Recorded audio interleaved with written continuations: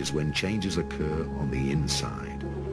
I'd like to use as a reference point, though, the Mayan calendar and the Mayan prophecy.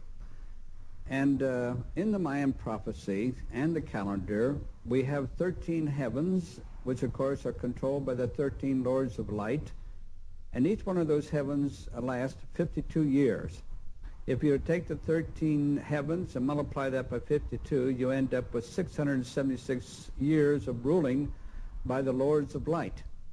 Shortly after they cease, then of course in comes the lords of darkness, and each one of those two are 52 years duration, but there are only 9 of them as opposed to the 13 lords of light. So we can see that light still prevails.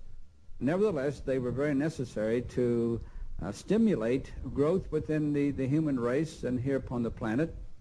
And each one of these lords of darkness played a personified and a, you might say, a strict application for the growth of mankind. Now, if you go back in history, and if you were to trace it back 468 years, and of course take each one of the 52 increments of the 468 years, you will find out that something great and stupendous happened during that time. Now, the last great Lord of Darkness was none other than one we knew as Adolf Hitler. Adolf Hitler was a divine instrument. Adolf Hitler played his role well. He wore the dark hat as opposed to the white hat. If we were to relate this to the Indians, and I've worked with the Indians for 22 years, they have a very simplified understanding of these things. For instance, they have a Lord of Light called, for instance, Quetzalcoatl. And then they have a Lord of Darkness called Pakal. Now, in their mythology and in their understanding of the Lords of Light and Lords of Darkness, these two are brothers. They are twins, in fact. And they love one another very much. But they play separate roles. As the Lord of Light, Quetzalcoatl, ends his reign, of course, he turns to his brother and he says, well, now I've taught them all I can. I want you to go in there and test them and see how well they've learned what I have taught them. Well, in comes the Lord of Darkness, and in this case, we're talking about Hitler, to see how well we had learned in the past from the Lords of Light. As we know, Hitler was a metaphysician supreme. As he was a boy, he studied studiously for many, many years what we know today as esoteric or metaphysical things. He also, in addition to the many understandings he had of Viril and many other powers which were, of course, used by the ancients, he had a morbid fascination with the spear of destiny. And that was, of course, the Longinus spear that pierced the side of Christ. Hitler knew that anybody, whether it be the Lords of Darkness or the Lords of Light, should they have that spear, they were almost certain to win the war. Now, he wanted that spear for so long, and there was one in a man by the name of Rudolf Steiner, who lived here in Germany also, and he and Hitler both had a morbid fascination for that spear of destiny. Later, we know that Rudolf had to flee for his life because Hitler felt that he would get the spear and he wouldn't have it. So when we talk about Hitler, we're talking about, in my understanding, a divine being. I can remember 3 years ago in Frankfurt when I said before a large audience that Hitler was a divine being, when of course I thought they were going to stone me. But I let that sink in, and finally I said he was the last Lord of Darkness. And after I had explained it to them, then of course they accepted it.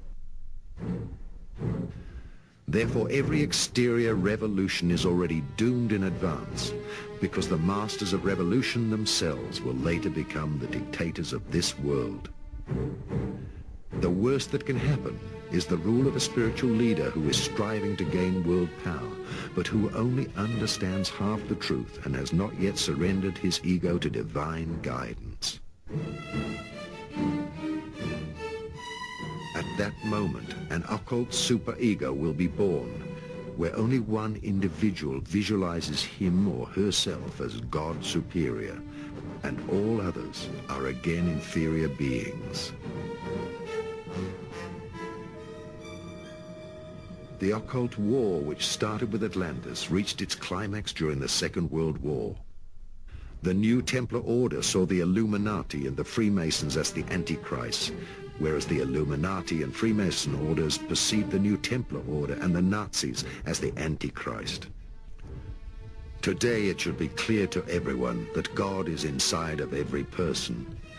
However, to perceive ourselves as being the chosen ones, be it because of a religion, a race, nationality, or color of skin, inevitably means the beginnings of a human tragedy. God's people are not to be recognized by their color of skin, by their race, or by their outside appearance, but by the virtues of love, wisdom, and power, which they have inwardly united. All races came once from the stars and are God's people because they all carry the seed of God in themselves. The animal human, by conquering his animal features through thousands of lives, has developed into the real human being. Were there any contacts between the Third Reich and extraterrestrial races? My very long research into the terrestrial secret societies has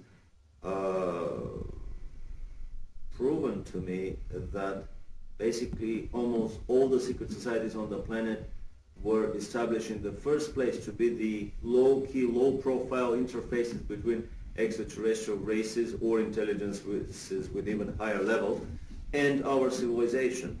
In my research, we've discovered that the Germans were in contact with at least a dozen alien races, all of them loosely grouped under one philosophical, political, religious program. And not only that, but that actually this grouping of extraterrestrial races were in their turn subcontracting for even higher levels of, let's call them celestial management structures. But we have discovered witnesses, a lady in Australia that worked shoulder to shoulder with extremely beautiful looking extraterrestrials in an underground base in Germany. She was a British spy, a Commonwealth spy in this underground base, and she has told us incredible stories about the close cooperation of the highest echelons of the German secret societies with extraterrestrials.